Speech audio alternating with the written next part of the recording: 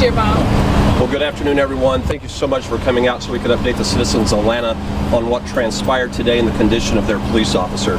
I am joined by our Chief Operating Officer of the City of Atlanta, LaShondra Burks, as well as the U.S. Marshal for the Northern District of Georgia, U.S. Marshal Brown, our Sheriff, Patrick Labat is here, as well as Lieutenant Bonaparte from the Georgia State Patrol. Back on August the 20th, the city experienced the loss of one of the citizens in a domestic violence motivated homicide. We lost on that day Courtney Reese. The very next day, the Atlanta Police Department issued arrest warrants for Derek Rankins, who we knew to be very dangerous and posing a threat to this community. This morning, the Southeastern Fugitive Task Force, led by the U.S. Marshals, which is comprised of members of the Atlanta Police Department, as well as the Georgia State Patrol, went to a location in Stockbridge, Georgia, where we believe Mr. Rankins to be held up. At that location, Mr. Rankins opened fire on members of the Fugitive Task Force. During that exchange of gunfire, a member of this department, an 18-year veteran assigned to our fugitive unit, was injured. And thankfully, those injuries are not life-threatening. And I want to thank God for having the hand of protection of our officers today and the phenomenal staff of Grady Hospital for their work in providing medical care, which they continue to do behind us. Fortunately, no other members of law enforcement were injured. At this point, the suspect who we were seeking to take into custody is deceased, and the Georgia State Patrol, the Georgia Bureau of Investigation will be conducting an investigation into this officer-involved shooting. I do want to take time to thank the Sheriff of Henry County, Sheriff Scandrich, who used the helicopter of that department to transport our investigator from the scene of the shooting here to Grady Hospital so medical care could be rendered. And so at this point, our one investigator, we believe, will make a full recovery. I want to commend him for his bravery today. I want to commend every member of the Atlanta Police Department that reports to duty to keep this city safe. And just thank our partners who you see gathered around us, who has arrived to show support and has been key in this operation today as we sought to take this individual into custody. And U.S. Marshal Brown, I'm going to turn it over to him to give comments at this time. Thank you, Chief. The U.S. Marshal Service is comprised of a number of officers, in addition as certified U.S. Marshal deputies, but police officers and sheriff deputies from throughout the metropolitan Atlanta area.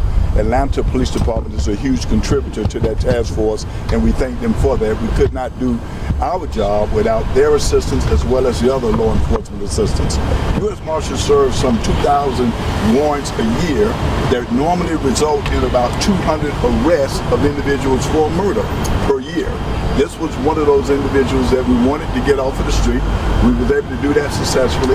We are so glad, and we are continuing to pray for the Atlanta officer that was wounded in this, but we could not do the job that we do had it not been for the dedicated men and women of law enforcement throughout the metropolitan Atlanta area, and it just points to how sensitive and how dangerous this line of work is. So, Chief Shumbo, we can't do it without you. Thank you for being a part of our task force in the state of Atlanta, and turn it back over. Thank you, Marshal Brown. We appreciate you, Sheriff Labat, the Georgia State Patrol, for the partnerships that we all do keeping our city safe. Open for any questions that you all may have now this time. We've seen so many instances of law enforcement being involved in these either search warrant cases or whatnot to put their lives actually on the line, as in this case. Has this impacted how you all handle procedures and protocols now with seemingly a bolder take when it comes to confronting law enforcement? You know, this is a dangerous job, and I'm so thankful men and women every day say yes to this profession to protect this city, this county, and communities across the region. We have seen 2 members of law enforcement in the past week and a half lose their life, and our prayers continue to go out to Paulding County and to Carroll County. This is what we train for. We recruit men and women who have a quality to stand in the gap for their communities.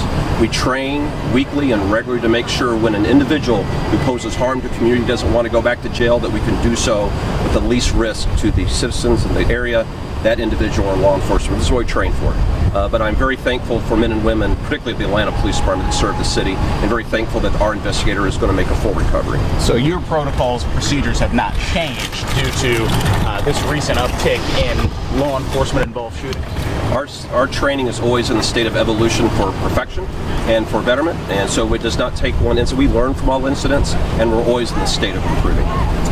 Was the suspect shot from a self-inflicted wound or was it from law enforcement? The investigation will determine that. The Georgia Bureau of Investigation will assume the next phase to determine how this individual's lost his life, and that will be one of the areas we will investigate. Was it self-inflicted?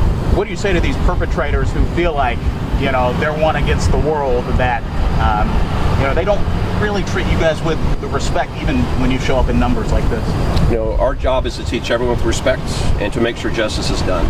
And for individuals that may think they're going to continue to break the law and place communities at risk, you see a strong coalition of law enforcement that stands behind me and that is present throughout our region.